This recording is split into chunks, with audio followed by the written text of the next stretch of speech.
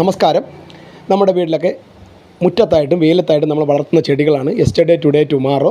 അതുപോലെ തന്നെ നമ്മുടെ സൺഡേ, മൺഡേ, കൂടാതെ തന്നെ നമ്മുടെ കടലാസ് ചെടികൾ. അപ്പോൾ ഇതിനെല്ലാം നമ്മളിപ്പോൾ മഴ മാറി വരുമ്പോൾ കൊടുക്കേണ്ട 2 വളങ്ങളാണ് പറയുന്നത്. നമ്മൾ മണ്ണ് നല്ല ഇളക്കിയതിന് ശേഷം, നല്ലതുപോലെ മണ്ണൊക്കെ ഒന്ന് ഇളക്കിയതിന് ശേഷം, നമ്മൾ പെട്ടെന്ന് പൂ കിട്ടുവാൻ വേണ്ടി നമ്മൾ ആദ്യം കുറച്ച് പൊട്ടാഷ്യം, ഓരോ സ്പൂൺ പൊട്ടാഷ്യം നമ്മളെ കടകളൊക്കെ മേടിക്കാൻ കിട്ടും, പൊട്ടാഷ്യം കുറച്ച് ഇട്ട് കൊടുക്കുക.